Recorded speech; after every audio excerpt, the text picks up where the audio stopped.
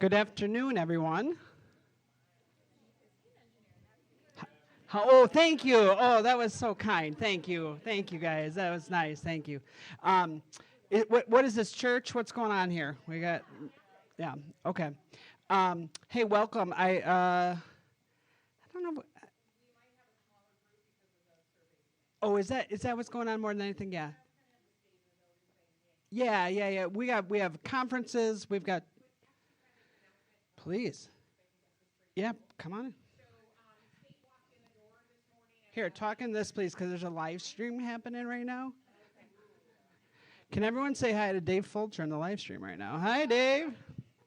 So the cool thing I thought we'd celebrate is that, I know that sounds odd as I'm talking about the state of Wisconsin, but the state came in and they are on an abbreviated survey, so which is very cool. That's a huge compliment to us. They're here 2 days, hopefully, instead of 4. They look at 14 core items instead of 40 some, and we're the first in the region that they're doing this with. So well done, everybody. Well done. And so we're going to be missing several of our, obviously, our RN managers. Chris Cotter's over there, Kate's over there, Jesse's over there. So smaller group. Well, this is scary. This is scary, yes.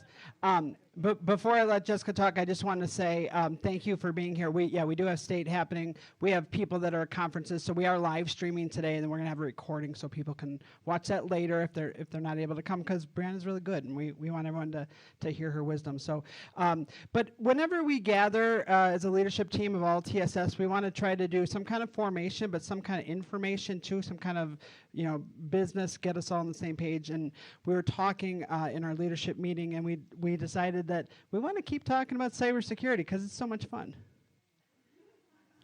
No, because it's really important and because it's really challenging. And Jessica's going to give you a lot of examples of how relevant this is right now. So Jessica's going to start, and then I'm going to introduce Brianna. Thank you. So our favorite topic of cybersecurity.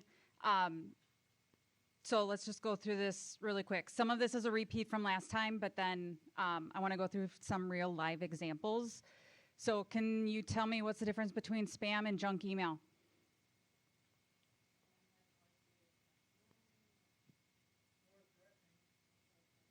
Spam is a delicious lunch meat. Junk is food you don't want to eat. True, but not in this scenario. So spam has a malicious intent. It's going to have an attachment or a link that is going to somehow jeopardize our internal systems.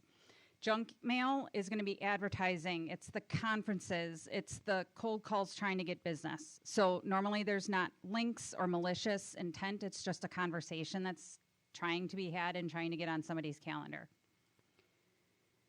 What do you do if you get spam or phishing emails? Everybody has the option to email spam@appriver.com. You can also do spam@trinityseniorservices.org, and it'll forward on to the spam@appriver. You can also ask the help desk at any point in time. If something looks off, please go to IT. Have them double check that it's valid before you click on the link, okay? If you get click happy and you think something happened, report it right away. IT can literally go in, lock it out, and just validate, reset passwords. That is the safest thing that we can do if we accidentally click on something, okay? Self-report it. You will not get in trouble if you self-report it right away, and we can get everybody out of the system, right? And just make sure everything is good to go. What do you do if you get junk emails? Right-click, block, unsubscribe. There's a bunch of different things you can do there.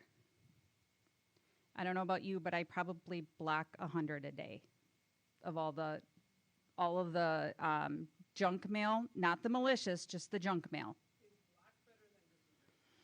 You can permanently delete. If you block it, it'll automatically, anything coming in from the exact email address will go into your junk folder right away, so it won't go into your inbox.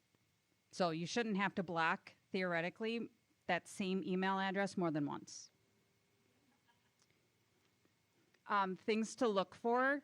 So again, if you have, and these are going to be the malicious phishing emails, if it's urgent or threatening, if somebody is saying you need to pay me now or I'm cutting off service, please call Tamara or I. We will validate that they're actually a valid vendor and a valid invoice, and then we'll work through that at that point. Normally, we're going to know about it ahead of time. Also take into context the data that you're getting in the email.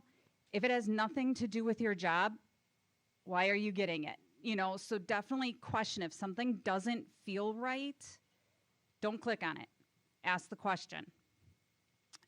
Watch out if you're verifying, resetting, confirming your password. That is one that I'm getting actually daily, is saying, please confirm you want to reset your password. Click on this link. Don't click on the link unless you truly just reset your password, but normally you're not getting that.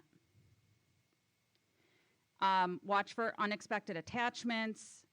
Watch for impersonation emails. I don't know if anybody gets any fake ones from David Fulcher or from me potentially. We get a lot in payroll for employees trying to change their direct deposit, right? So we're going to validate that it's the correct email address, and then we're going to go back and say, log into UKG and do it yourself, because that's how we're going to keep it secure. That's why we moved a lot of the stuff to do directly in UKG, so the employee's account stays secure.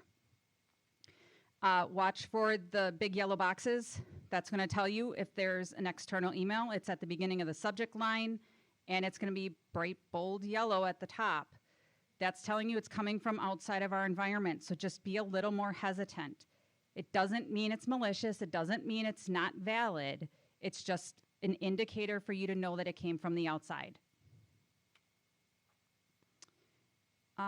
Watch for poor grammar, and formatting. If you hover over the links where the emails are, you're going to see sometimes they mask the emails, and it's going to be gobbledygook.com instead of Jay Horning, right? The way it's coming through. So always watch where the email is coming from.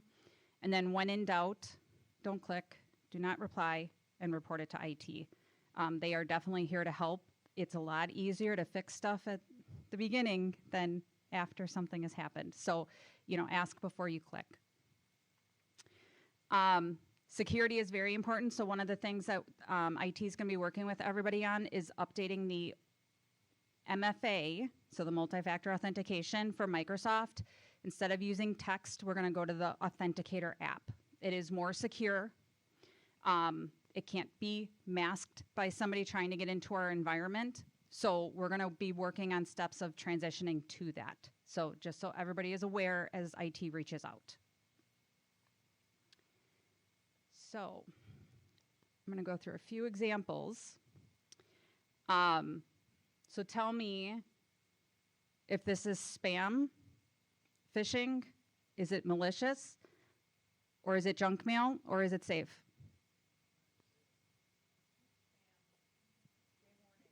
It's going to be malicious spam. Yep. Lots of links. Didn't click on anything. What about this one?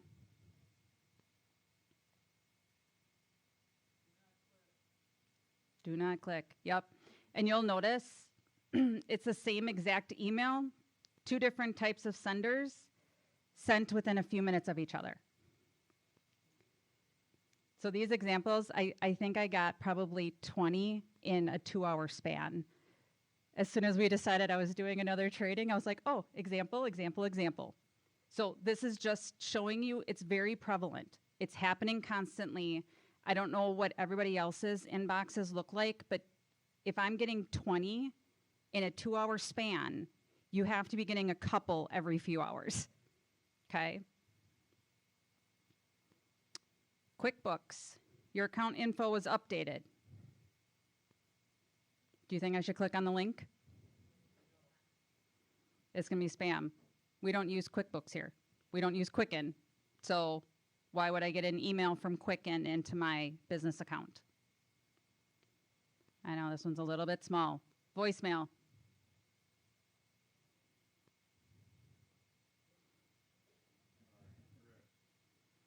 It's going to be malicious spam again, trying to get into our environment.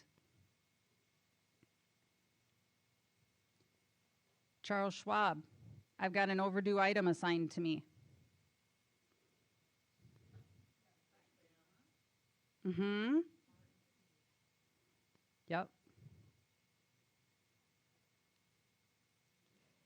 Love these. Signature request. Kind of looks like a DocuSign, doesn't it? But it's a Teams memo. Overdue, Milwaukee Catholic Home. It's all lowercase, right? Not separated out correctly. But am I going to view the document? Nope. Mm-hmm.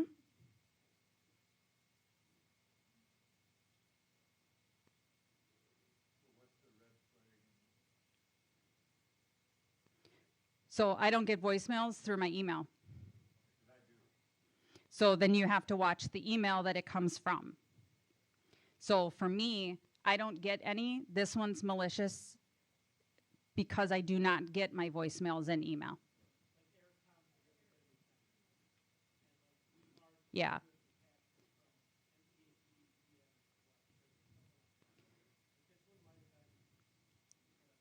It's at truescreen.com. It's not our, it's not the NEC system. It's not our AT&T network. It's not our Gmail setup. So as long as you know what the address is that it should be coming from and you specifically have that signed up, then you may be okay. But you should be looking at it every time to make sure that it's not being impersonated as something else. Yep. So let's see what else we got here. Microsoft claims license, expired mailbox. Review and update your payment method. So technically, I would get Microsoft emails because all of our Microsoft licenses go onto my corporate credit card.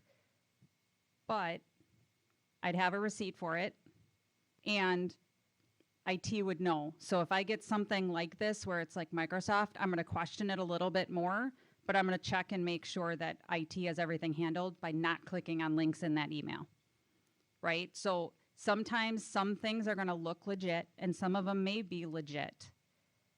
But I even validate with IT at times, depending on what they are.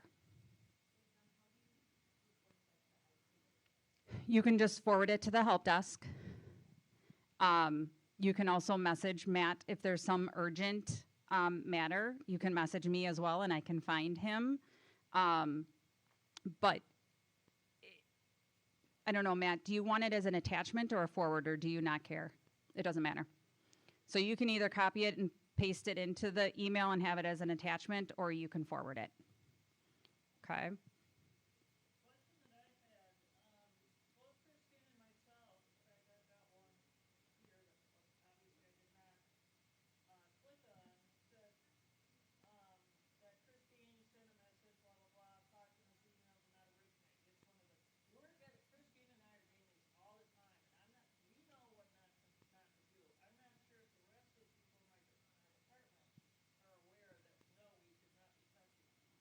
Yeah, so we're working on updating policies and guidelines. So those will be sent out through UKG for everybody to acknowledge and read. We also have, so all of the leaders in the room at the last session, we had talked about after I did the training, everybody was supposed to do the 2026 annual cybersecurity training through Breach Secure Now. Everybody should have gotten an email from their leader if it was not completed.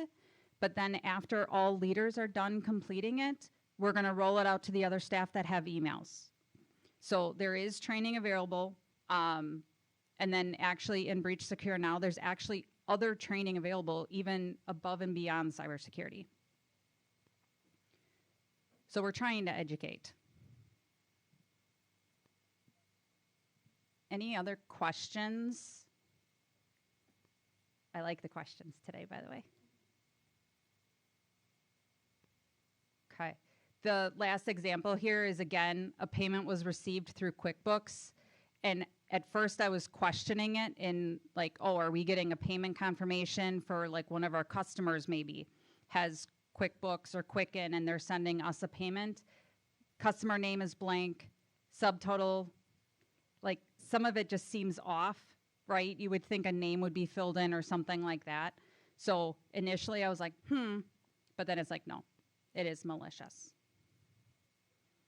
So I forwarded it to spam@appriver.com and blocked it.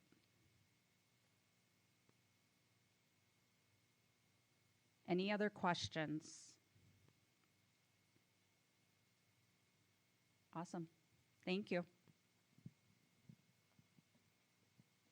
Well, let's say thank you to Jessica. Bright and shiny topics. No, it's important. It's important. I'm just joking. I'm just joking. No, it is. It is important, and it is.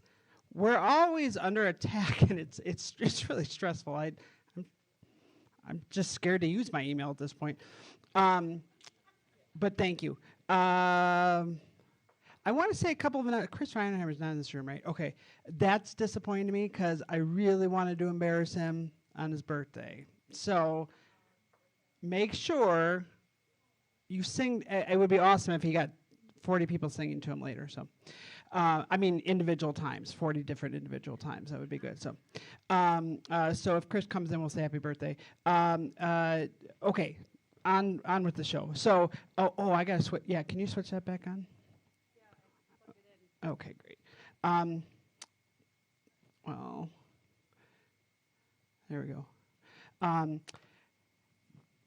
When we were talking about like what would be a next good formation thing, we thought a lot about. Michelle and I were brainstorming, and Michelle said, "Well, I have this like fantastic friend that works in hospitality. She's actually the concierge at the Pfister," and I was like, TSS is pretty much the Pfister of senior services. Yes, right. So I was like, what a match made in heaven. And so we met with Brianna, and we just said, hey, we're always looking to serve our residents better. And you seem to have a really good handle on how to do that. Could you, and we do a very good job at that too, but we just always want to be thinking about what are best practices, what are other organizations doing, and what can we learn from them. And so we had a really good conversation. That was really fun. That was really fun, and immediately after we were talking, we were like, "Oh yeah, we gotta hang out more because this is going to be a nice collaboration." So we talked to Brianna, and I said, "Can you come and share a little bit of your story? Share a little bit about what you do at the Pfister, and just kind of what is your overall philosophy of how you treat people when they walk in your door?"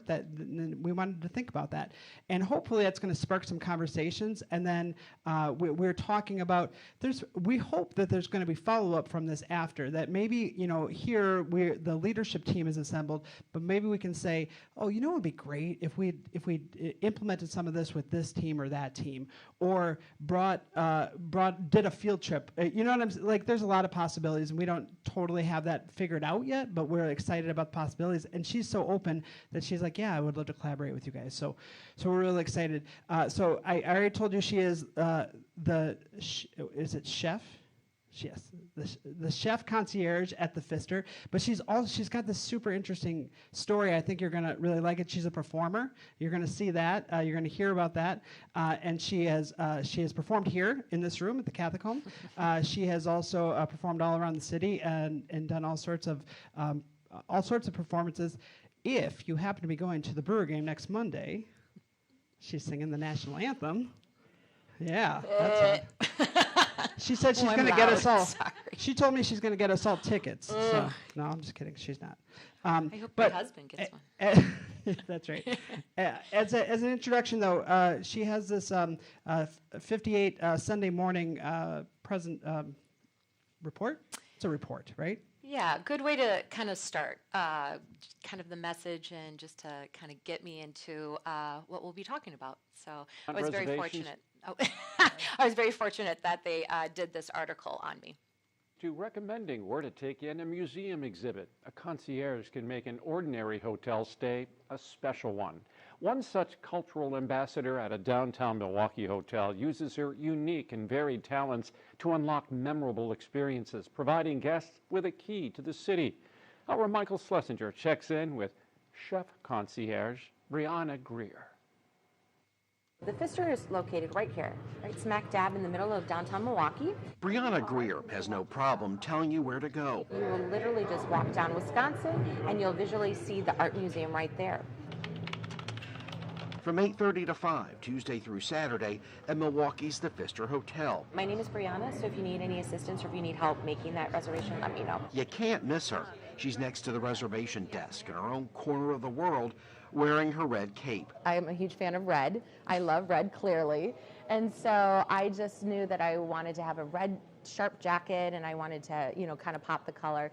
And then I wear a cape. And so my cape was found, and literally it was one of those where I was with my son and he was like, "Mom, you should wear this. It's like Superwoman." And that was it. Her role is to make your stay as a hotel guest a better one. The concierge is the key to the city. It's about really knowing the city inside out, and that's what makes a good concierge for the guests, because then the guests get that feel of the local feel. Actually, her official title is chef concierge. In this case, chef isn't another word for cook either. So chef means head. She's been in this position since late 2019. Her predecessor, Peter Mortensen, had the job for more than 30 years. Brianna, who moved to Wisconsin from Illinois at the age of 11, tells me she never really dreamed of becoming a concierge. Her background was in music. You can cry me a river, cry me a river. She performed on cruise ships and even with the USO, but a recommendation from a friend while she was living in New York City changed the trajectory of her life forever. I didn't go to school for it. It wasn't something that was planned, but it was something that had been mentioned to me at a time in my life where I was looking to start a new chapter. She worked up to head concierge at several higher-end spots in New York, and then she knew she had to get back to her Wisconsin roots. So she and her family packed up and moved to the Badger State, where it didn't take her long to be hired at the Pfister. This hotel represents, everything that Milwaukee has stood for from, the very beginning. Once it was built in the 1800s, late 1800s, it was always fighting to be that staple. This 44-year-old guide has no problem making suggestions to anyone who asks. Of course, our art museum. I mean, it's just spectacular. The way the design of the building itself, you don't even have to go inside. I think you're cheating yourself if you don't go in, but the building itself, I feel you have to go into the third ward. The public market, the third ward, it stands, I think, for all of our vendors. In terms of restaurants, there are so many, like the Mason Street Grill, Melinda, and Saffron. Thank you. You're welcome. Oh, the story she can tell, like when a piano was brought up to Sir Paul McCartney in the presidential suite, or when bunk beds were put together for Mariah Carey's children. You have to be able to just listen. You have to be empathetic. You need to be able to understand, any solution to a problem or how to assist a guest. Brianna admits she worries about being replaced by modern technology, but she knows there's no replacing the real thing. To prove that, to have that personal advice or that kind of relationship with your concierge is really important, because I think you can really get the local feel, the real vibe of what something truly is. It's her intent to make sure everyone who stops by her desk knows this too. Once I think guests understand what a concierge is and why we're here for them, I think they realize that we make their lives much easier. Okay, see you soon. Enjoy your day. Thanks for watching this CBS 58 Sunday Morning Story. Subscribe here and make sure to tune in to CBS 58 every Sunday morning to see more. Okay, everyone. Without further ado, please welcome Brianna Greer. Hi, thank you. Well, it basically said it all, so good night. No, no, I was very honored that we had, that opportunity, to tell my story. I said to, Michelle and John, of course, to talk about myself, absolutely. I have no problem with that. But thank you very much for having me. So again, my name is Brianna Greer, and I am the chef concierge of the Pfister Hotel. No, I do not cook. No, that is not my title. Chef is actually the French way of saying head. So we'll get into that a little more of just kind of what my background is and what concierge is and just all about hospitality. I know this group has tons of experience, and it probably isn't even just with this company. I think that's what I stand for, and what we'll talk more about is that it's all about the different things we've done in our lives, right? It's not about just the one job. It's not about maybe that job we did in high school or college. It's about all those experiences that lead to being then hospitable to our guests or to our seniors or to the seniors' families. So it all ties in. And I have a slight family or connection into senior groups, so I'll talk more about that as well. So I am, once again, Chef Concierge, and we're talking about improving hospitality in your industry. This fine, dashing gentleman. So basically, this figure is the icon concierge character in Wes Anderson's which film? Thank you. You get a pen. So that's right. It is the Grand Budapest, Wes Anderson's. This is the very handsome Ralph Fiennes, right? Now, if you haven't seen this movie, and you do get a pen. There you go, friend. Thank you. So Ralph Fiennes is a dashing chef concierge, and he represents the icon of what a concierge is. And so basically, a concierge, we are in charge of everything and anything in our establishment. Mostly with concierges, it is and had started in hotels. Now, it has grown on to, I know, senior communities having their concierge as the front desk, or you call American Express and there's a concierge. So it has expanded, but I don't think that's a problem. Some concierges in my community kind of feel threatened in some way. I don't feel threatened. I feel that that grows the word. I feel that that grows the understanding of what we are here to do. And that is to connect to that guest, connect the guest to their community, to the city, to the hotel, to the community that they're in. So there's a lot of different ways that that word can be used. But a chef concierge is one that is the face of their hotel. They are the ones to make sure that the VIPs feel welcomed, that the amenities get into the rooms for celebrations, anniversaries, birthdays. I always say, I've been able to head a team from 2 people to a team of 5. And that is that if you're a concierge, you are on your toes. You are ready for everything and anything, and that you are to at least fake it till you make it that you know the answer. Or you will find that answer and you'll get back to the guests and you'll let them know. So that's kind of what the concierge is. That's what my job has been at the Pfister for the last 6 years, is to basically make sure that every guest that walks in knows that I'm there for them, that I have a really strong connection to the city, so guests can come in and they can get the dining experience that they want. They can have transportation to and from the airport, or if they need to go to Chicago, they have the transportation there, or the connections that you have with the concierges down there. So it's all about just making sure we're fitting to the itinerary of the guests, whether it's with families or whether they're there for business, and it's really kind of taking that in and just knowing your guest. A Le Clé d'Or concierge. So this is a true honor that I have been able to carry for the last 6 years or so. So Le Clé d'Or is a union that is basically a union association where you see these keys, where our lovely Ray Fiennes has the keys. And so when you see a concierge with this, it's going to be a concierge in either a 4 or 5-star hotel.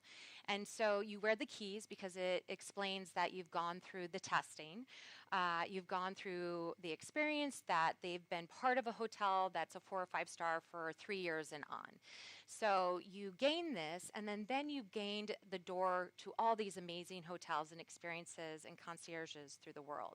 And if you go and you travel and you see this concierge, please go to them. They are there to take off all that worry and stress off your shoulders. Lots of times people don't realize that, but that's what they're there for. They're the ones to know the answer or to know that experience, so you don't have to worry or stress when you're in a hotel. So, why am I up here? All right, so my chapters. So, I am from Wisconsin. I am from Neenah.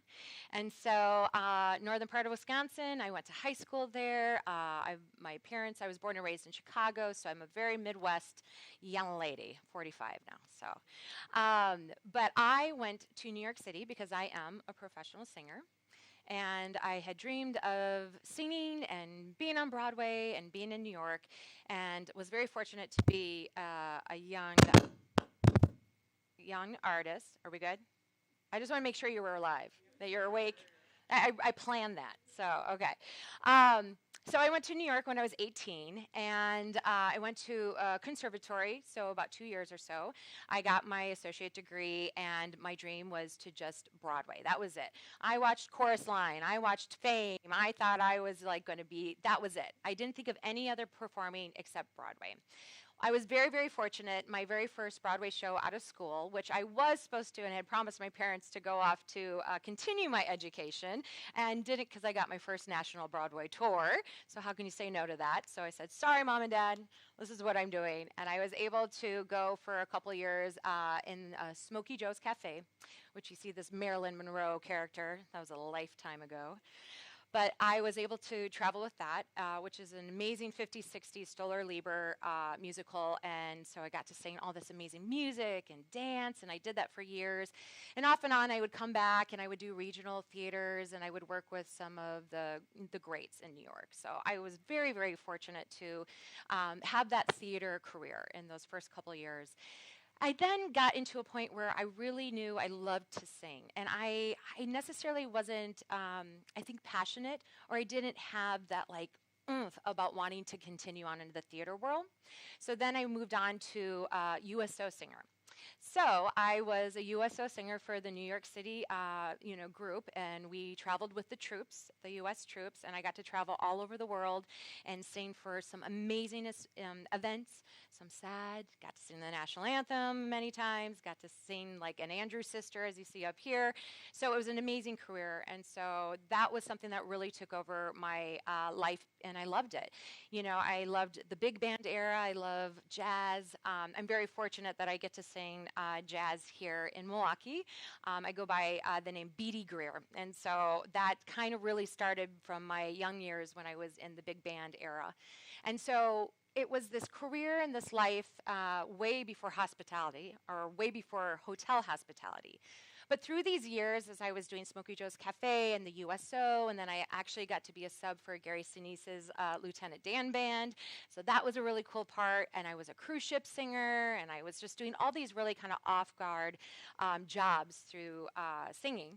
And I loved every second of it. I really did. And through it, you know, I'd come back and I would be a hostess at the Met Museum, or I would be working for a PR firm handing out things, or I would be a bartender at a Irish pub owned by the fire marshal of New York City. That was very interesting. I was doing all these crazy odd and end jobs, and I can always say I morally did good jobs. I never embarrassed my parents, so that I'm very proud of. You know, I was in New York City for 21 years, so a lifetime. But throughout that, you know, I say this because throughout being a performer, I had to work those side jobs, as you do.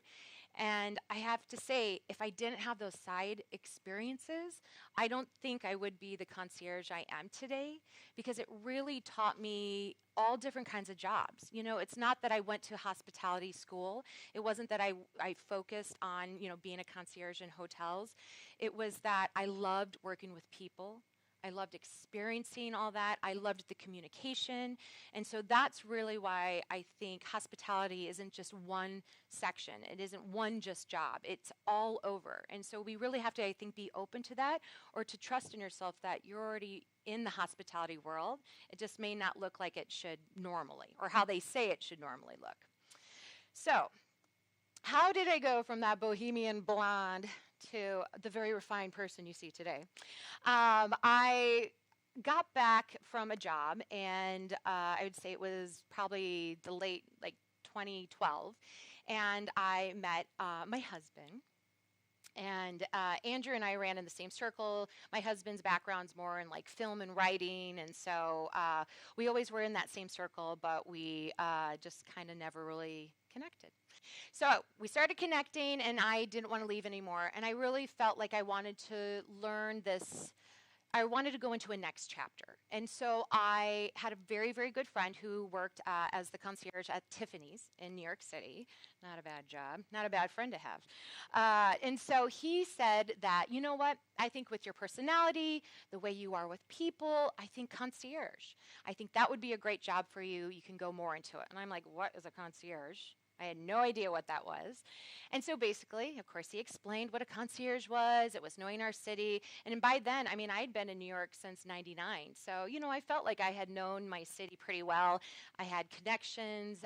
And so I dove into a career that I had absolutely no idea about. Is this intermission?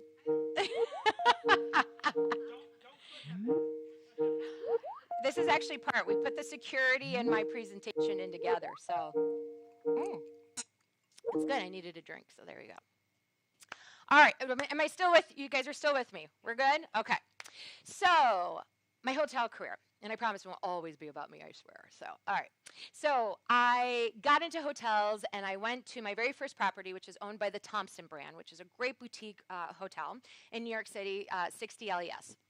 And so this really entered me into the concierge world, and I loved every second of it. I was able to go to all the great restaurants. I was able to go to all these Broadway shows. I was able to just enjoy my city. And it really opened me up to this new career, and I fell for it. I loved every second of it. And I took a break. I stopped singing. You know, I think it was one of those where I just think I'd done it my entire life. And then to know that I actually had another thing that I could do in life, you know, that I could kind of like give to the world. And so first year I worked for 60 LES, and because of my personality and I think the way I connected with guests, and because I am this people person, you know, something that I do have inside of me, but I feel that everyone can have. I think it's just a matter of how far we want to go. They made me go over to, well, not made, they asked, but they did make me. And they asked me to go over to 60 Soho, which was our other property, and asked me to be the chef concierge. Now here I am only a year, maybe year and a half into this new career, and they're asking me to be a leader for their concierge team. They completely wiped it out. They wanted me to completely start their new team. And so I learned right away that I'm really good at organization for concierge desks. I'm definitely not in my life, but I am for concierge desks. I am really good at building a team because I want to work with people who want to work with me and who have that same passion and love for guests and their city and the hotel. So right away, 60 Soho was built in a new direction, and I was their chef concierge for a year. And so by now, I've been a concierge for a good couple years. I'm in the association for the New York City Concierges, which is a great association with concierges from the Mandarin Oriental to the St. Regis to the Plaza. So I was with the bigwigs, and it was a huge honor, and I have some amazing mentors even to this day. And I was approached by Barry Sternlick, who is the creator for the W Hotels. And Barry Sternlick was looking to open up an eco-sustainable hotel called The One. If you've never heard of a One Hotel, do yourself a favor and look it up. It's the #1 hotel and whatever the location is. It is an absolutely beautiful, beautiful project. They have hotels in the one that I opened up. So I moved on to One Hotel Central Park, and that is on the corner of 58th and 6th. And so I got to see the parade every year when I was there, which is pretty cool. And then I went on to rebuild the Brooklyn Bridge. So this career, which I never thought in a million years would be something that I would do if you had asked me when I was in high school or even in college, that I would grow so quickly. And I did. And it was love at first sight. I loved every second of it. And so throughout it, I learned about listening to the guests. I learned about how to be empathetic. I learned that if there is something going on, it's something we never want to stress the guest about, right? It's about taking that moment and moving forward to let the guest know, hey, we're going to find out what it is. I may not have the answer now, but we will find that solution together. So when guests or our community, or even if we're going to a store, hey, a question about a shirt, I don't see it here, at least the front desk or the person at the cash register, they care, they show that they're listening. Those are the little things that you don't really realize that are so important in hospitality, and I know that we all have. So once again, hospitality is a standard that reaches every department, and we'll go more into that. Well, so we saw this family. So as I mentioned, my husband, Andrew Greer here, and our two little crazy boys. We have a 5-year-old and an 8-year-old. So the whole shebang of being in New York and being part of this fast rising career. It was one of the most amazing experiences in those 6 years that I could ever have asked for. You know, it was something that I knew that I completely focused. I went 110% in, and married my husband and was working at the One Hotel Central Park. We had our first, Liam, my oldest, and it was one of those where I sat with my leaders and I said, you know, I want to continue what I'm doing, but I also really want to focus on the family. But I want to be able to bring this to where I'm from, which is Wisconsin.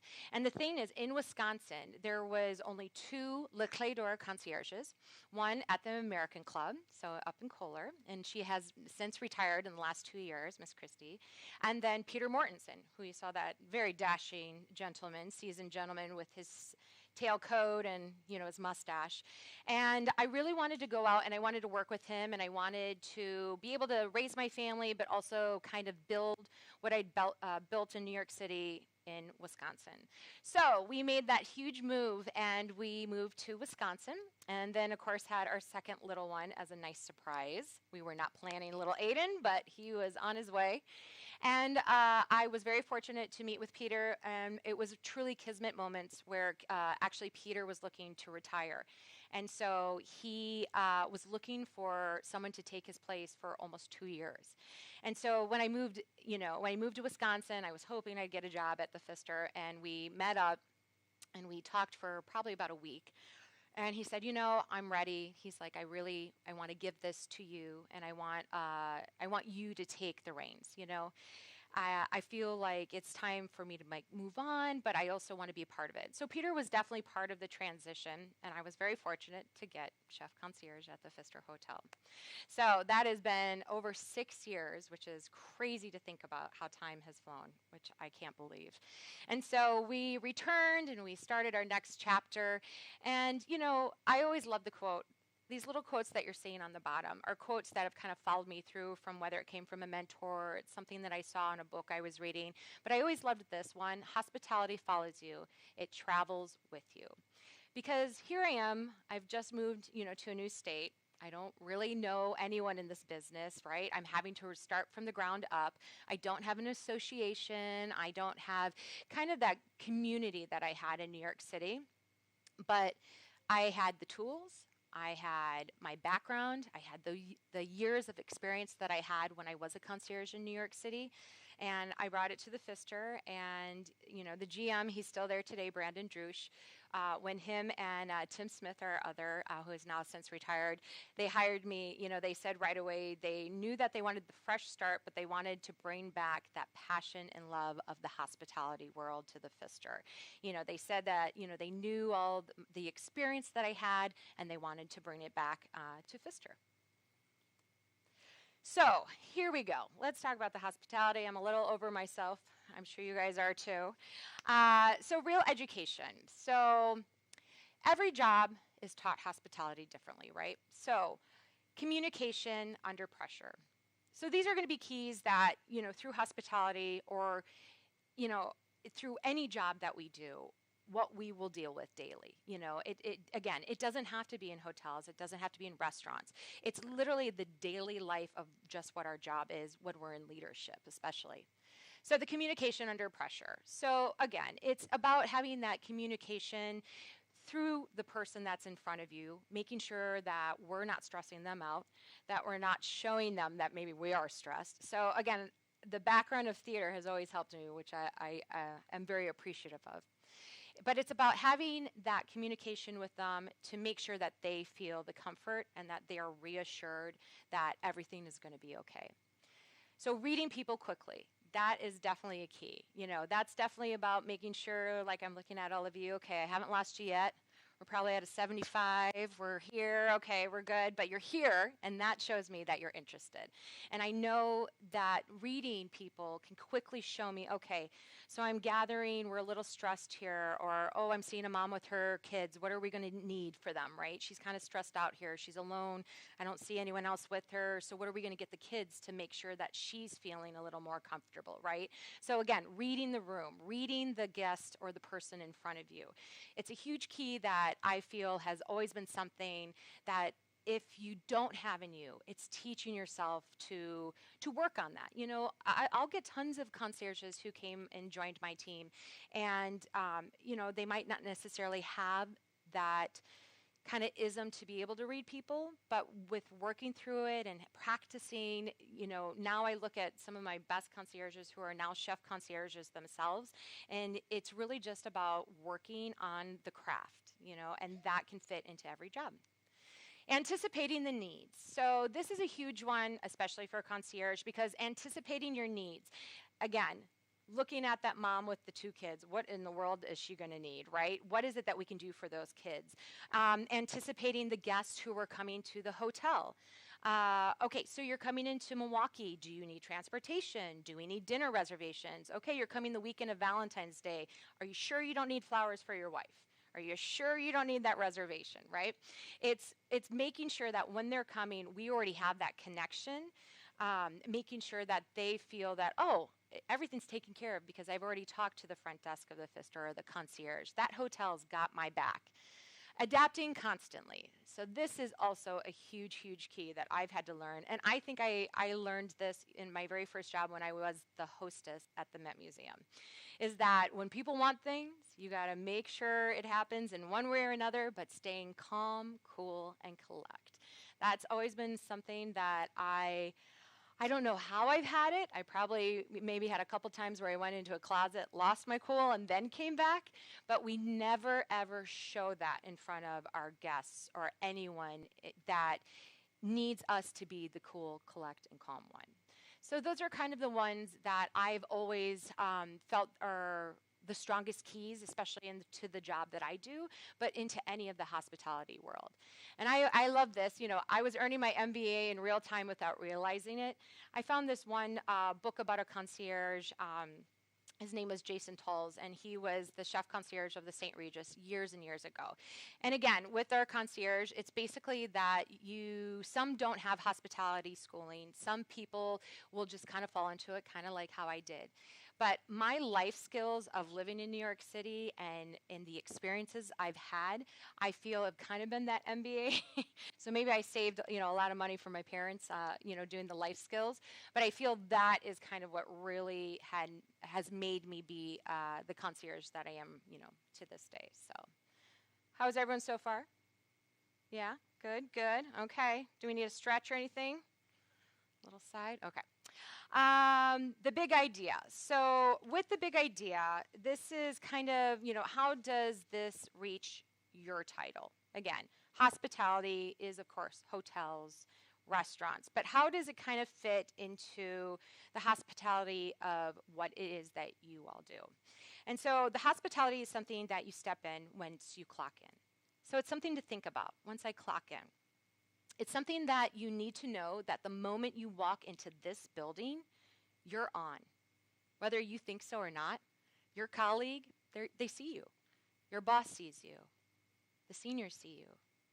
The people who work with the seniors. Everyone is kind of watching each other, and everyone affects each other. We may not think that, but it really is the trifle effect of that. It goes from one to the next to the next. If I come in and I am a mess and disheveled, which by the way, I always am, but I do it in my car, I do my makeup there, and then I walk in like I've had my stuff together, which I never do. The moment I walk in, I know that I affect my entire team. I know that my front desk is looking at me and they're like, okay, Brianna's here. What are we going to do? How's the day? Because I've become that person. I'm the one who needs to carry all right, what are we here for? What are we going to do? What are we going to do for our guests? What's happening with our guests? Fill me in. I have to have that. I know what my role is. And again, it may not be that extreme. It may not be that high energy like, I am. But it's something that you need to remember that, again, once you step into your job, you're on. And people are there expecting, watching you, and wanting your energy to help them as well. Our awareness. So with the awareness, especially in our hospitality world, again, this is about noticing people as well. So again, yes, on me, people are watching me, but you need to be aware too. If you see a team member who is not necessarily kind of on, that's when we need to be there for them.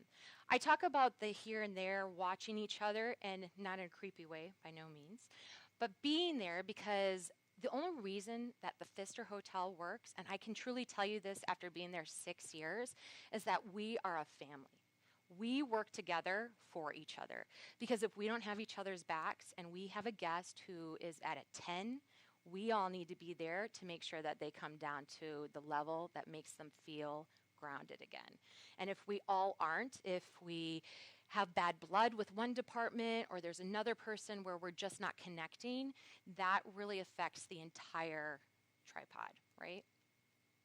So the next thing for us also is our mindset, the communication, awareness, ownership. So with the communication, again, it's always staying clear. It's the calming of our guests, the person in front of us, the people that we work with. It's making sure that everyone is kind of all on that same page. With our ownership, I know it may not seem like it's a big deal in what we do or what we do with hospitality or what we do with guests, but owning a situation is probably one of the biggest things you can ever do for that guest or for your colleague. You know, I hate confrontation. I hate it. I don't want to do it. I wish I could turn around and hide and just let someone else fix it.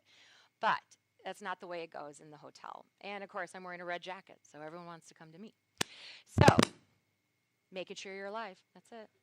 I time it, so it's like, okay, we're on every 10 minutes. Okay. Making sure that you own those situations is huge. And again, it fills in everything about making sure that everyone is on the same page. But if you own the situation, whether a guest comes up to you and they're like, hey, this happened in my room last night, the heat was on, I was dying, I called the front desk, no one answered, it's been a real rough night. Okay, I've literally just walked in. I have no idea what's going on, but you know what? I'm here. I'm going to own it. I am so, so sorry that happened. I really am. And you know, something I love to say is like, I hear you.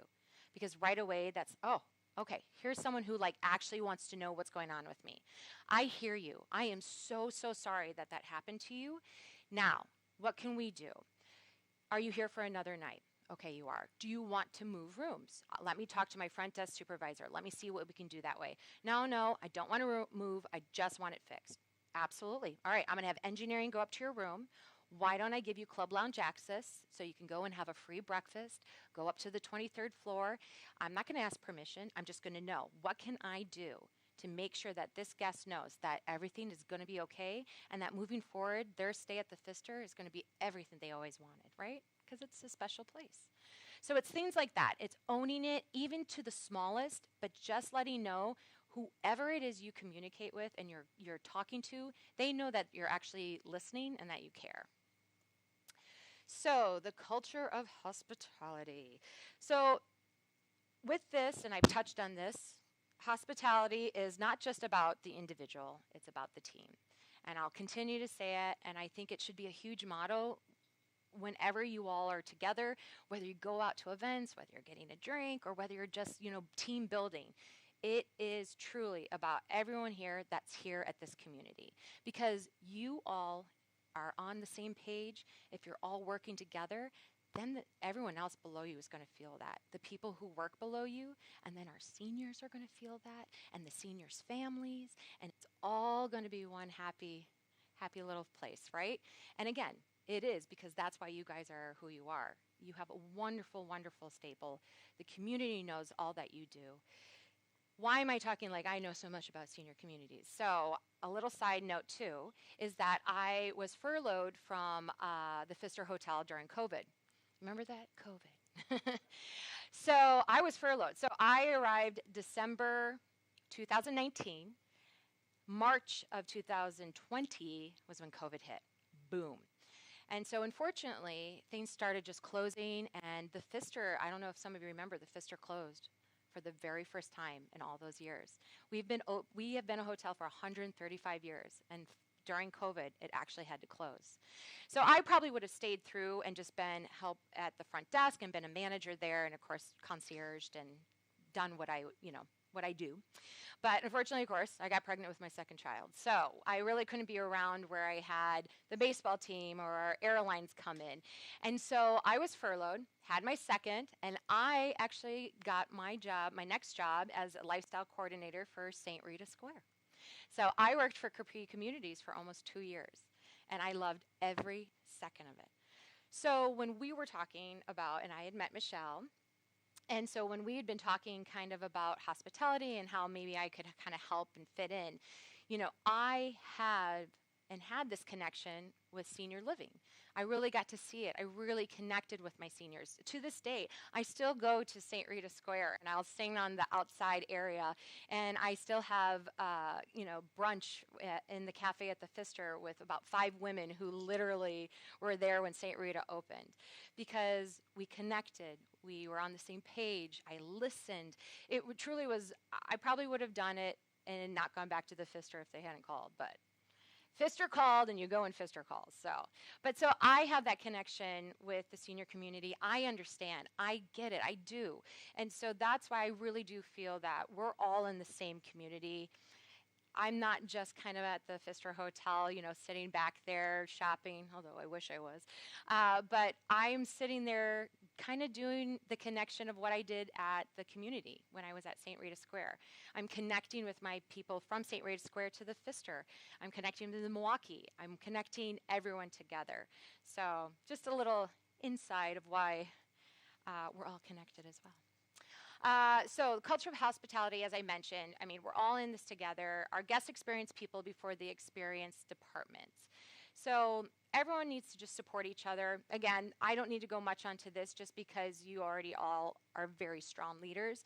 But it's something to remember and to think and to kind of go back, when you're home or you're on your drive, hopefully not a 94 or 43 or 41. Or anywhere, because that's how it is these days, right? But on your drive, and when you're thinking about this, think about those ways that you can tighten up your group, tighten up your leaders and your communities, because I think that's what really is the huge value out of all of this. And then what guests actually remember. Okay, so this one is 2 examples, and then we're going to get to a breather part. So we're almost there, okay? So hold on with me, I promise. But we've already talked about this. So basically, I'll just do one example because I've talked about a lot with examples. But with an example, especially it just happened last week, I wanted to talk about this. We had this very late arrival, and it had been a very long travel day. The guest actually was coming from Hong Kong, and it had just been a brutal, brutal flight for them. We knew they were coming. And so the guest arrived, and they were exhausted. Well, we got an outstanding review. It was something, that we really, really prided ourselves last week, because every week in our meetings, we try to talk about something that was a positive, always starting with our positive before if we have to talk about, some other certain, circumstances.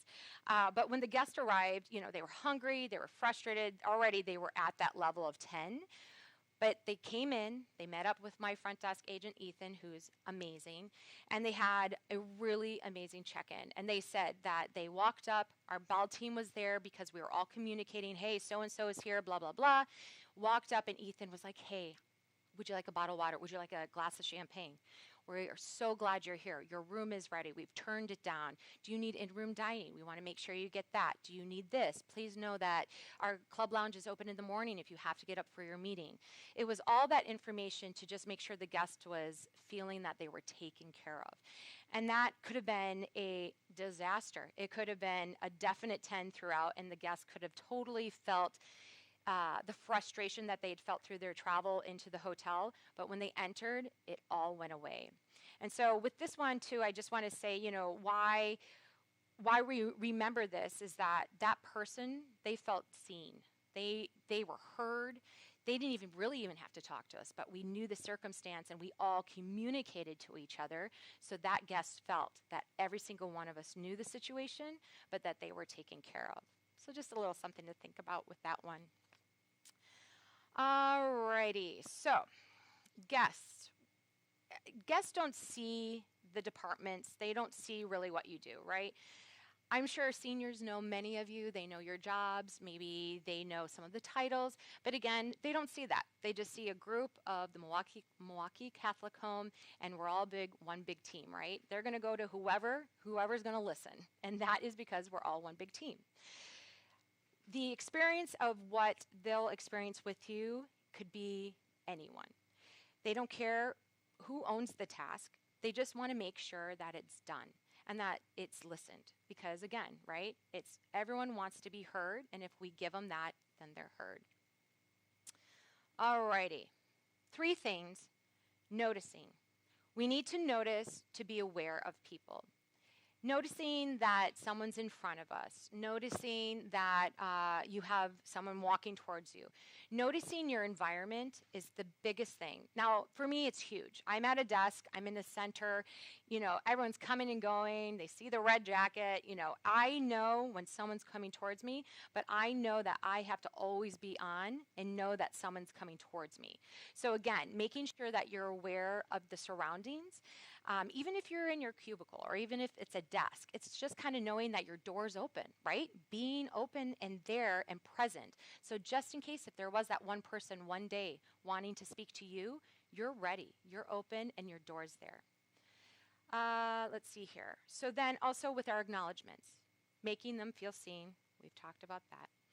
Acting, doing something about it, right? Making sure that we're not passing it on, making sure that people are connected. Those are going to be the biggest 3 that you need to always remember in the hospitality behaviors. Small actions create large impressions. That is one that I've always really loved, and I think that was something that I think got at, I feel it was a cop that used to be at the Irish bar that I used to work at, and he was Scott Malone. And he would always say these like little tidbits of words of wisdom, probably when he was drinking like his 5th whiskey shot, but he was very wise. And I have to say, it was something he said, which was, small actions, Brianna, always create the large impressions. And it's funny, I always kept that with me. I used to write it on my journals and in my books when I'd start a new hotel, and it's just kind of been our motto. Who knows what the motto is at the Pfister? Then you have to come visit me. No one? All right. So if you go into the Pfister Hotel and you're looking up at our beautiful ceiling, there's a word right there. No? Salve. That's the word. We have salve right there in the open lobby area of the Pfister. And it is a very fond welcome and a fond farewell, because it's a salutation that we want guests to remember. It came from Guido Pfister, who built the hotel, and it was something that we found in his journals. So that was something that lived with him. Now, he traveled a lot, so it's Latin, and so I feel like it's something he probably gained from someone else. So it's something you'll see around the hotel, and next time you do, come and visit us, and you're going to say hi to me.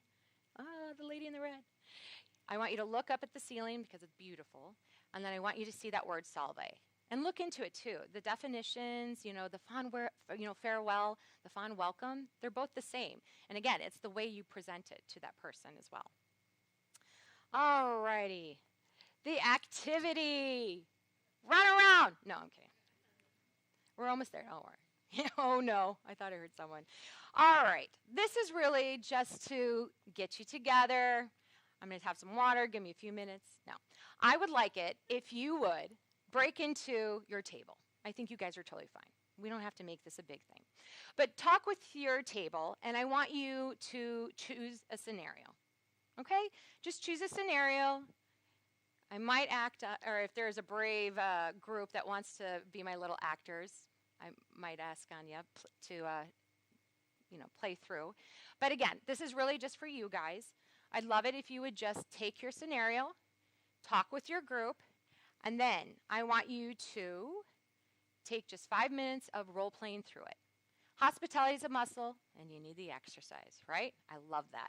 So I want you to ask each other, what would you say through that scenario? What would you do? How do you make the person feel? So again, I want you guys to just work together. This is all about teamwork, right? It's about communication. And I know you guys all know each other and work together. So I'm just going to give you a few minutes, and I'd like it if you would work on your scenarios. Okay? All right. And break.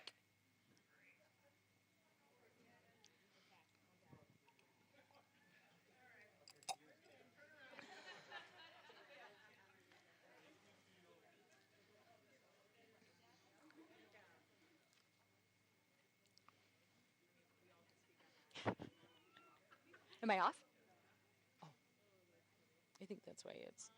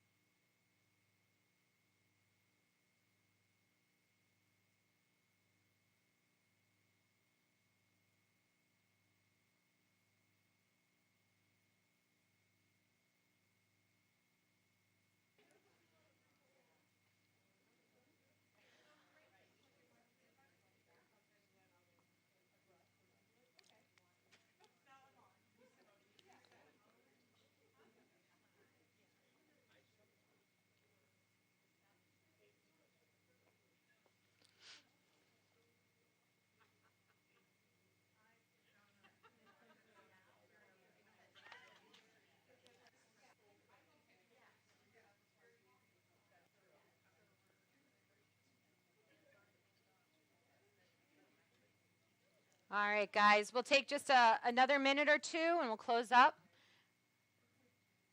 And then do I have a brave group who wants to kind of play their scene? Anyone? Oh, come on, no one wants a free fist or pen? Huh? Ah! Yep.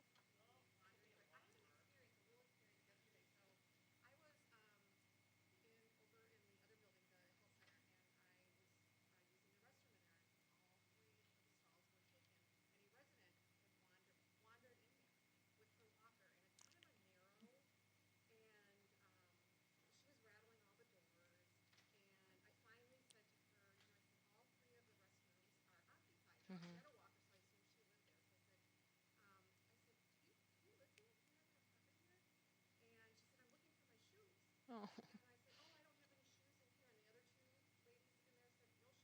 Mm-hmm. Yeah. Yeah.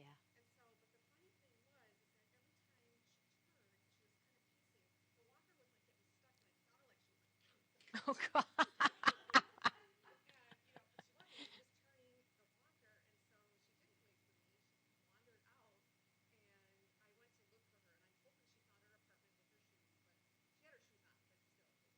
But those shoes. She was looking for those shoes. Yes. Yeah. Right. Yeah.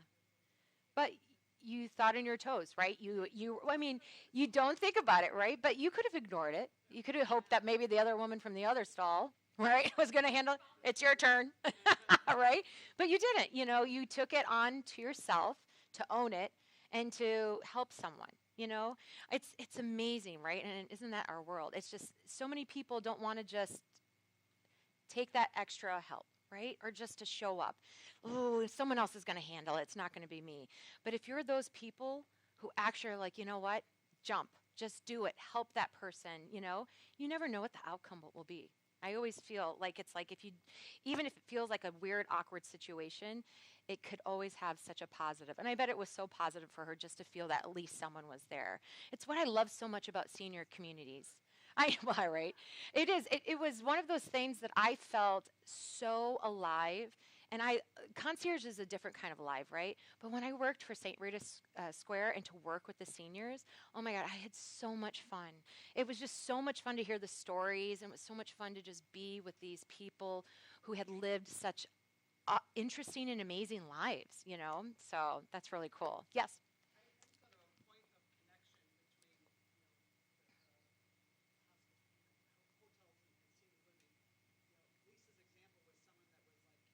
Mm-hmm. Mm-hmm. Great.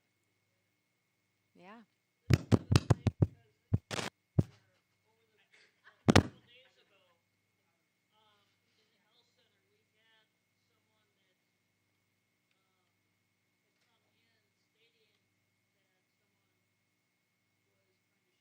Oh.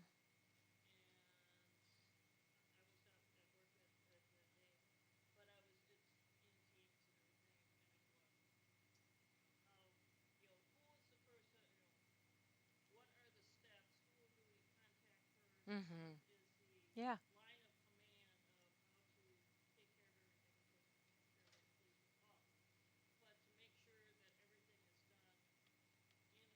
Yeah. Yeah. Yeah, I feel, with something like that too, especially, there's always going to be the protocols of your company. So always know those, especially.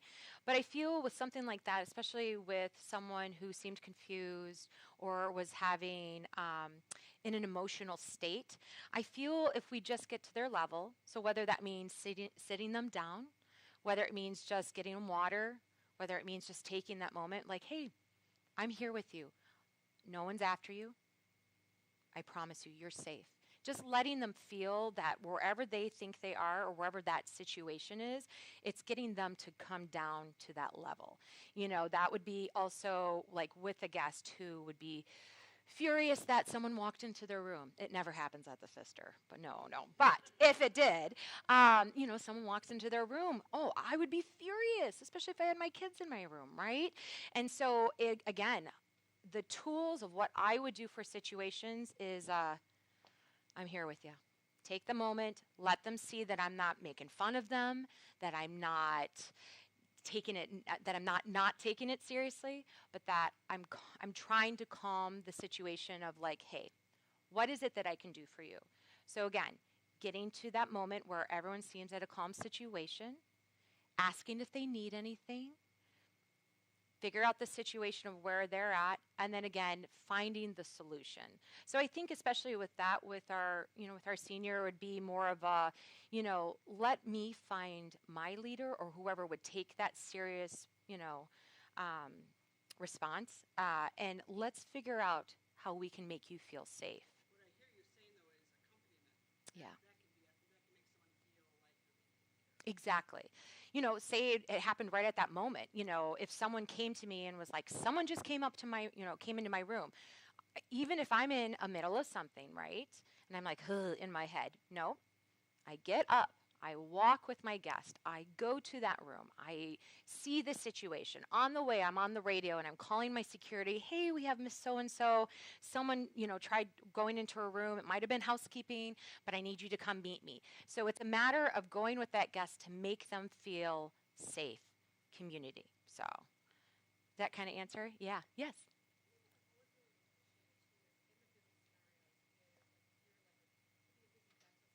Mm-hmm.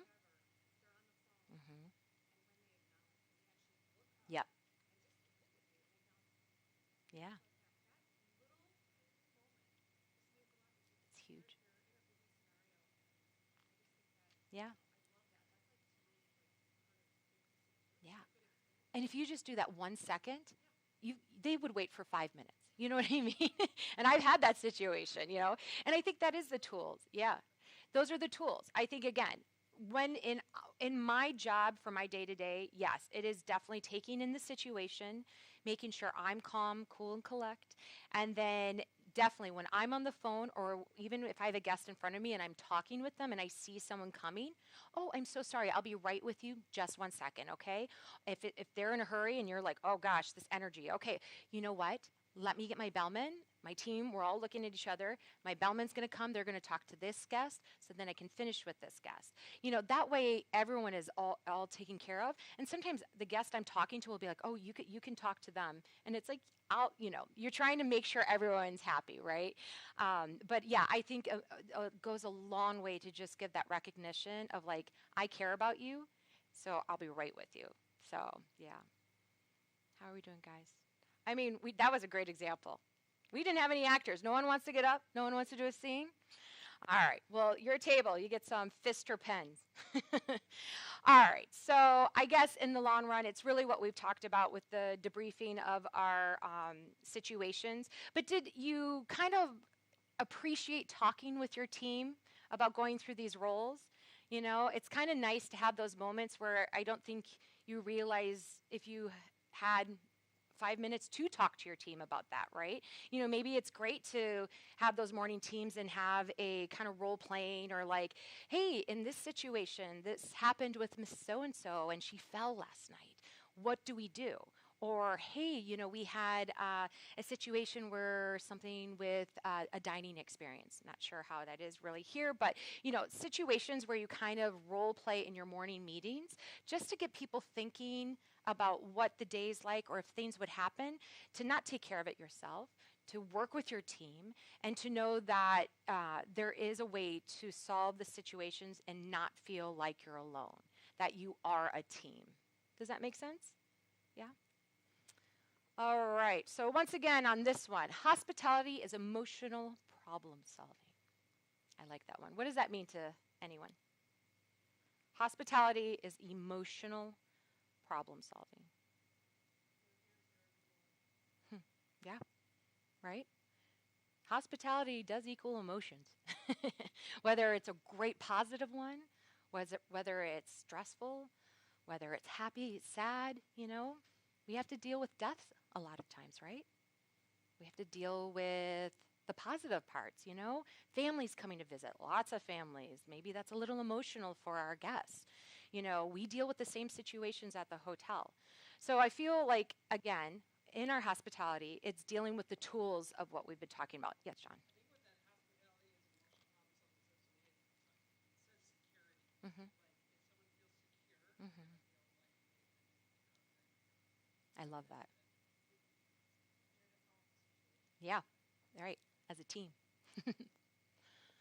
All right. So, my philosophy. I put this photo up. This was my husband's decision. I swear it wasn't me. Although, I'm all about me. This represents, and he made a good point because I was like, oh, I don't want to put that in there. And he said, you know what, Brianna, I think, and this is an award that I won right before we were moving to Wisconsin, before I think we kind of knew it was going to happen. 2018, I won this award as the Chef Concierge of the Year. I have to tell you, besides being a mom, my one big highlight, a wife, my beautiful family, this was probably one of the most amazing experiences of my life. And for me, it wrapped everything in one. It showed that I won this because I had an amazing team that I worked really, really hard with on all those tools about teamwork. It showed me my fast journey of how I grew in hospitality in the hotel world and how hard I worked. I couldn't have done any of this without my amazing husband. He was there from day one and he has held my hand. And whether it's a husband or a partner or a friend, someone in your life, you have someone there to support and hold your hand and tell you that you can do it. And if you don't, listen, or if you don't realize you do. So make sure you know that to yourself, who that person is. But I put this up again because it really just showed that all that hard work was acknowledged by my community, and that was the best feeling in the whole world. So my philosophy, listen first. Stand there, pick up the phone, listen to whatever is happening there, take it all in. Don't talk right away. Let the person talk, but listen. That is the biggest thing you can do. I feel like it also gives you that time to go, okay, what am I going to do? What's the situation? What am I going to answer? What's the correct answer? And it just gives this cool, calm start to whatever's going to happen next. Anticipating the needs. So if you anticipate what your colleague might need that day or for that week, what any of the seniors might need, what the families might need, what the people who work with you on your team need. It's about anticipating all that, so then going forward, you have a successful day, a successful week, a successful year. Anticipating any of life, we don't know what's going to come day by day, but knowing that if we're prepared and that you have this preparation as a team, it goes a long way. Solving quietly and gracefully. This is a big thing. Again, I always tell my team, my front desk especially, front desk is one of those kind of jobs that goes in and out. People don't stay a lot. We get a lot of the college kids and then they're gone. We get people who get, from front desk and they're promoted because Pfister loves to promote good people, right? We want them to stay with us and we want them to work for our company. But I always say, solve quietly and gracefully. Take that moment, again, with listening. Solve it, and if you can't solve it, tell the guest, listen, I want to know the correct answer for you, or you know what, I don't have that answer for you. Be humble, be graceful, but I will find that for you. And at least telling them, being honest and letting them know that, listen, I don't know this right now, but I will know this for you, that still goes a long way. Because at least they know, you know what, I know they feel that you are going to get a hold of them. And making people feel important. Who doesn't want to feel important? I love it. I love it. I love it. It's why I became a performer. It's why I'm very, very honored that I still get to perform. I feel very blessed every day that I get to work at the hotel and I get to work with all those amazing people and I get to meet all these amazing people that come into our city, our hotel, and I get to represent. And then I get to sing. I get to still do what I was born to do when I was young and wanting to be in chorus line on Broadway and fan kicking, which I could never do in a million years anymore. But I know how important it is that I always want to feel important. So it's a matter of making sure that you know how to make your colleagues, how to make your surrounding, everyone feel important. Because it goes a long way. And then people go above and beyond for you. So luxury lives in how people are treated. That is a huge thing to me. I love how it represents our hotel. That's why I've put that. But if you have a luxury mind frame in anything that you do, it goes to show people that they are important and that they're special. Does that make sense? Yeah? All right. So my closing message. Every role can practice hospitality. So we're all in this together.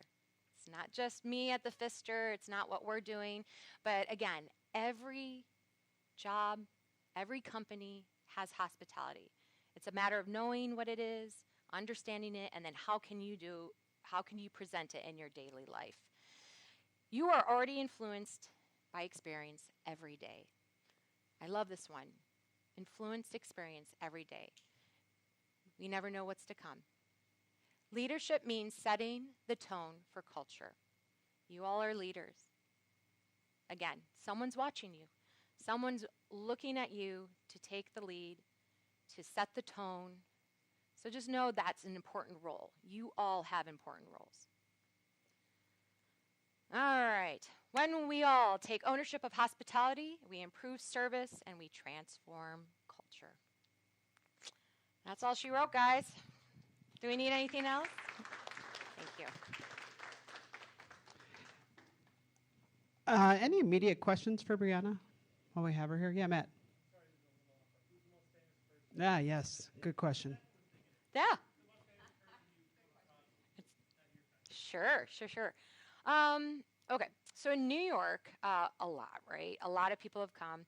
I was very honored to walk him to the elevator, Paul McCartney, so that was pretty cool.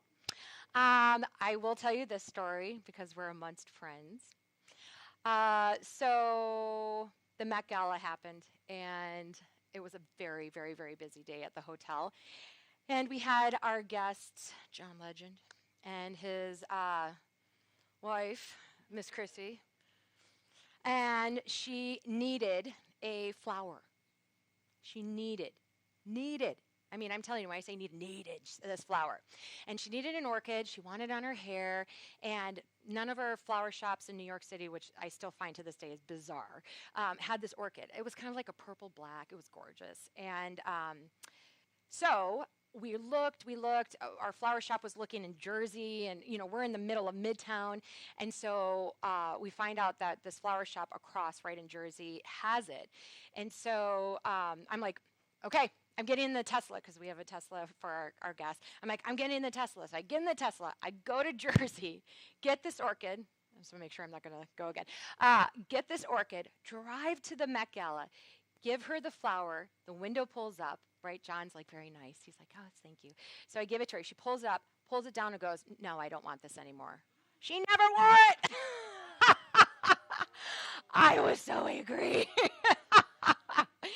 So, needless to say, that's one of my stories. But here at the Pfister, and I'm not saying whoever is always, who stays at the Pfister, but I'll tell you those. I love when I get to see Paul Simon. I love when Bonnie Raitt was in town. Her whole entire band stayed at our hotel. And what's really fun is Bonnie Raitt used to stay at our hotel in New York City, the One Hotel. And so I got to know her bandmates, and the guitar player remembered me. He was like, wait, weren't you from New York City? I said, that's right. Now I'm representing Milwaukee. I have to tell you, that's the one thing I love, having the New York City roots and kind of that attitude. But it's being here back home where I love so much. My family's here, my parents, I've got beautiful friends. And then representing when people are like, ugh, Milwaukee, what is there to do? I'm like, oh, really? And then I get all kind of in their faces.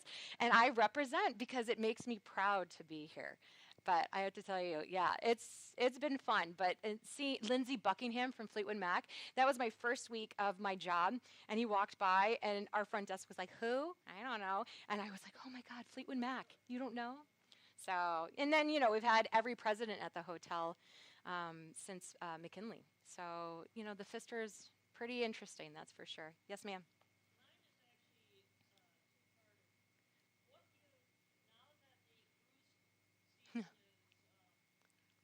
Upon us, yes, yes. Mm-hmm.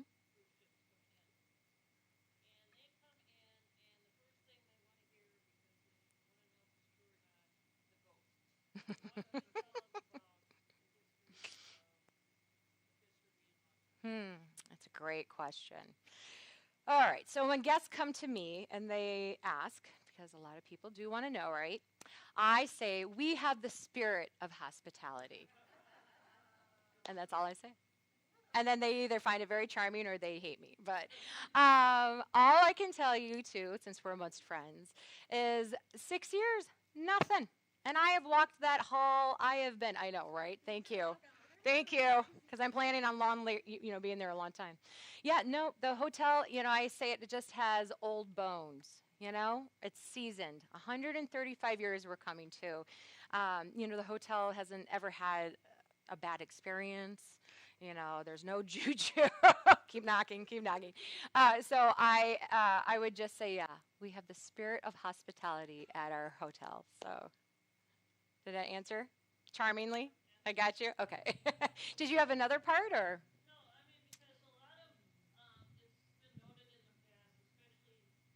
Oh, Moogie. Yep. Mm-hmm. Yeah. Well, yeah. Mm-hmm. Yeah. Yeah. No, they didn't just come and enjoy.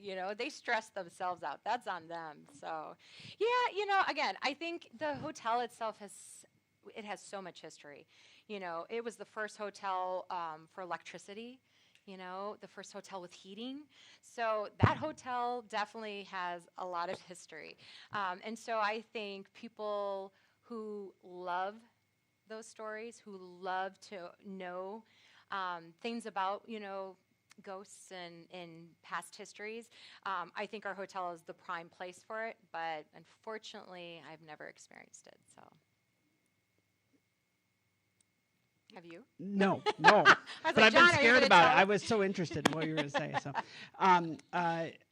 thank you, and excellent questions. I was just thinking about, as I was listening to you, where I was going back to the conversation that Michelle and I had with you, Brianna, and thinking about, well, you're in this like kind of iconic place in the city, and what is the connection that you might have to us? But there's so much overlap. I was thinking about planning ahead, and I was thinking about like our morning meetings. Like that's a great opportunity to say like, what is coming up today? What are we dealing with? What can we anticipate? What can we get ahead of? I thought that was so good. I thought everything she said about teams was our better together. Like, I mean, there was a lot of overlap here, so I appreciate your wisdom. I don't know if people have more questions, but I know we're getting close to our time. But I would love for you to take 2 minutes, 3 minutes at your table, just to share something that you think that Brianna said that applies to the work that you do. And I also heard you say when you would gather, you would talk about things to celebrate, things, the good news. So your second option is to share something that is good news in the work that you do right now, something that you want to brag about or share about for a minute. So just talk for 3 minutes at your tables.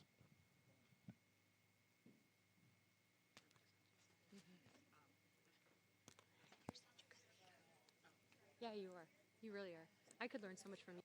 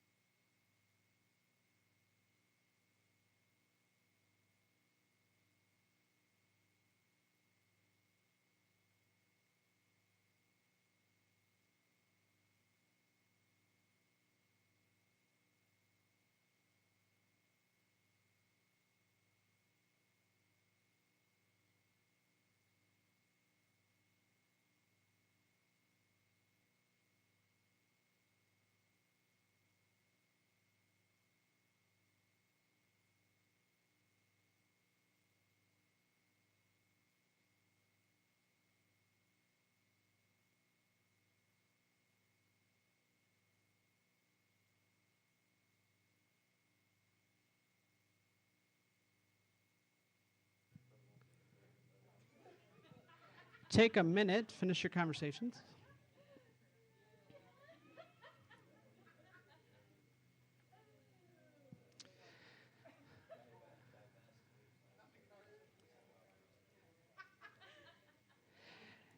Any brave soul out there willing to share either a thought that we can apply to the work we do, or just what you talked about, celebrate, that we can celebrate with the whole group? You have a TSS pen, you don't need a Pfister pen, is what you're saying. Okay, all right, fair enough. Anyone else? Yeah, Taylor.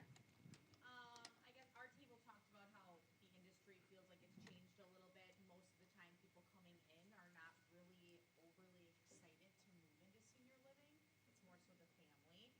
So for me, a lot of times, making sure everyone's heard, the residents, they want to come in and say that they can drive and run marathons still and everything else when they have a walker and dementia, or so making sure they feel heard, the residents. That's the first thing of kind of getting them to ease into moving here, but then also the family too. The family's a big deal, right? So Yeah. I just feel like we're kind of against a two-edged sword where a lot of people aren't really like wanting to move into senior living, and it's like more of making sure the families feel comfortable with it, and then getting them in here as a resident, and then taking care of them. Yeah. Those of us like social workers, sales, we're not just, we're working with the whole package here. Yeah. I just get them in and I dump them on cars. There's your Pfister pin. I was like trying to roll it at you. There you go. Yeah, it's usually Trisha. But like we understand it, so it's fine.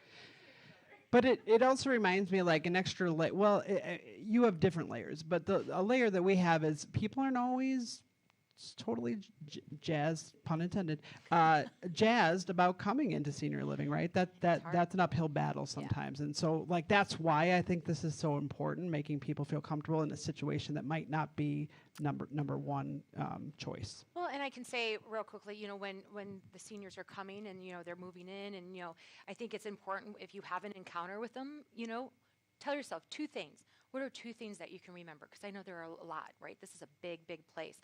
But about that specific person, so when you see them, be like, oh, did you listen to that jazz album that you loved when you listened to it when you were like in your 20s? Or, oh, did you watch the soccer game because you were such a big soccer fan? But if you remember just two things about them, then that kind of sets them to know, oh, I'm at a place that cares about me. Yeah, that actually knows who I am, even if you don't know their name.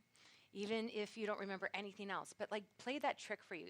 I always get, wow, you have the best memory, and I do not. I do not have a good memory. Do you take notes? I have notepads around my desk that no one will see, or I just remember one thing where it was just like, oh, so how was that walk to the third ward because you were looking for something for your mother, or oh, did you get that bottle of wine from Thief Wine Shop? Aren't they great? And then it just shows that, oh, I remembered one thing. My dentist does that.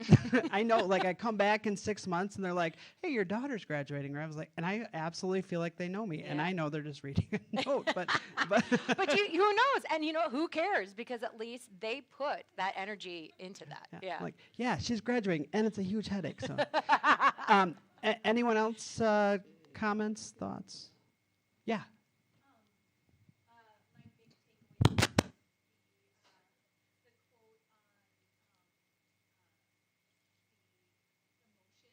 Yep. And I know there's certain things that we do for every single admission. Yeah. But then we had an admission who, months ago now. I've been here too long. Yes.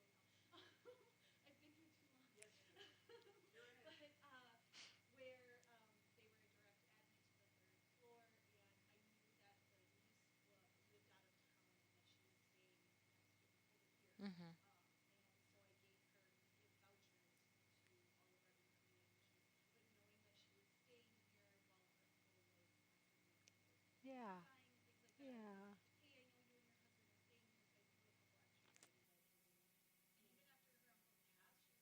items at you. And even after her uncle passed, she was like, oh, thank you so much. The pizza that we've been eating out of a box, that was like perfect for me. Yeah. Yeah. It goes a long way. And I think it's in life itself, but like trust your gut, right? It's what I tell my kids, right? It's like just trust. If you need to say something, or if you're just feeling this, like, just do it, because I'm telling you, it's something telling yourself that it's going to be a reward in some way or another, right? There's risk in that extra little response, but more often than not, it's probably Yeah, but Right. risk has the greatest. Yeah. I believe that, yeah, you know? and the little extra, you know, yeah. I think that's good. Yeah.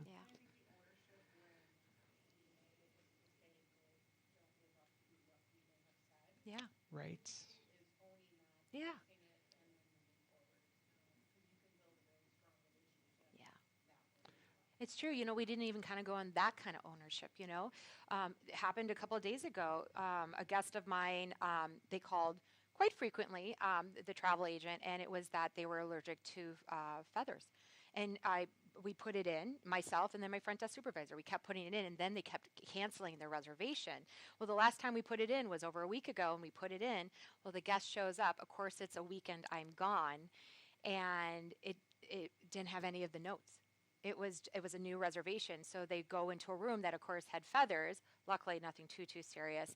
And my leader, you know, she said, "Hey, you know, I feel like this is something you should have probably messaged the entire team, especially because you were leaving."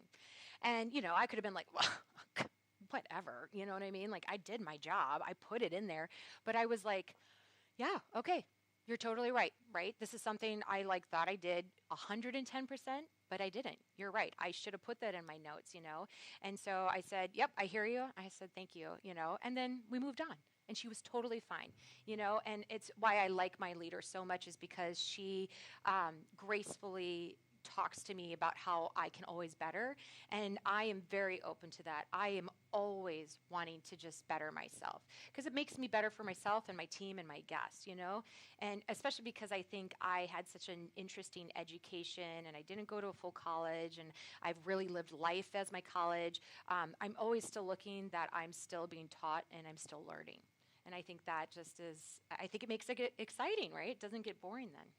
I think embracing that little bit of humility, like, humanizes you and gives people goodwill towards you. I think that's really good. I don't know what that's like, Michelle, to make a mistake. So I believe that you can be humble. I did not reply all to a whole. It was like the worst day when I did that. Oh. Yeah, the timesheets. Yes. So if we ever need to do a roast on John, I'll be here.